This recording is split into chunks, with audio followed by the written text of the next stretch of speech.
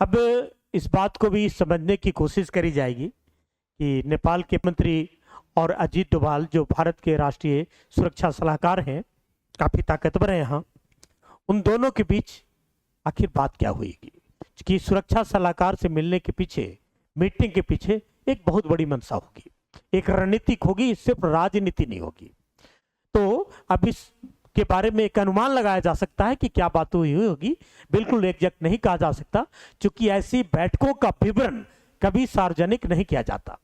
लेकिन भारत नेपाल संबंधों पर खबर के संदर्भ में जो आई है, हम तार्किक अनुमान लगा सकते हैं।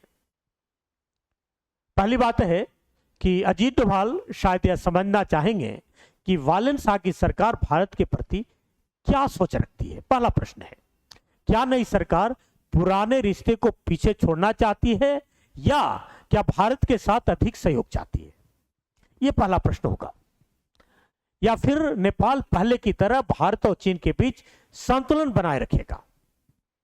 दूसरा प्रश्न होगा, जो वालेन शाह का जो संदेश होगा कि हम भारत विरोधी नहीं है।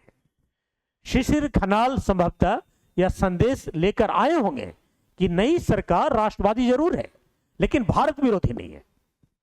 नेपाल की नई राजनीति यह दिखाना चाहती होगी कि वह अपने हितों की रक्षा करेगी लेकिन भारत से टकराव नहीं चाहेगी।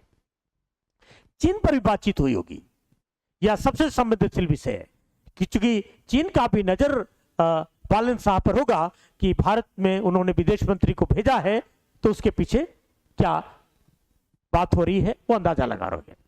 नेपाल में चीन की भी नई परियोजना है और उसके भविष्य भी है। तो क्या नेपाल किसी सैन्य या रणनीतिक समझौते की ओर तो नहीं बढ़ रहा? नेपाल का यह जवाब रहा होगा कि हम चीन के साथ भी काम करेंगे और भारत हमारे लिए महत्व रखता है, उनके साथ भी काम करेंगे। बात आई होगी फिर सीमा सुरक्षा की। भारत के लिए खुली भारत नेपाल सीमा बहुत महत्वपूर्ण है। संभव है चर्चा हुई होगी ताकि अवैध तस्करी, नकली मुद्रा, सीमा अपराध, तीसरे देशों गतिविधियां, ये नेशनल सिक्योरिटी एडवाइजर स्तर की बैठक पर समान विषय होता ही होता है। इसके अलावा यह बात हुई होगी कि नेपाल आज बिजली निर्यात करके बड़ी कमाई करना चाहता है क्योंकि उनके पास काफी रिसोर्सेज हैं।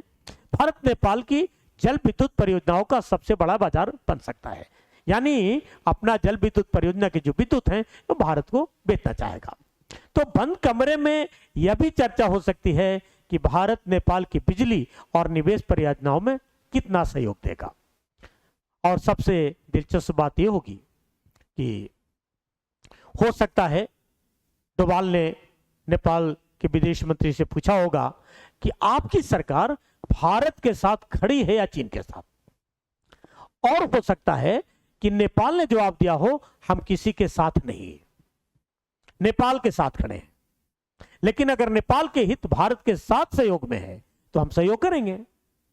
तो दिल्ली के उस कमरों में क्या बात हुई ये सार्वजनिक नहीं होगी क्योंकि कैबिनेट स्तर की मीटिंग एक तरह की है ये, लेकिन शिशिर खनाल का डोभाल से मिलकर लौटना यह तय करता है कि यह चर्चा सिर्फ शिष्टाचार की नहीं है बल्कि दक्षिण एशिया के भविष्य, भारत नेपाल के रिश्तों और चीन की बढ़ती मौजूदगी पर भी नजर रही होगी।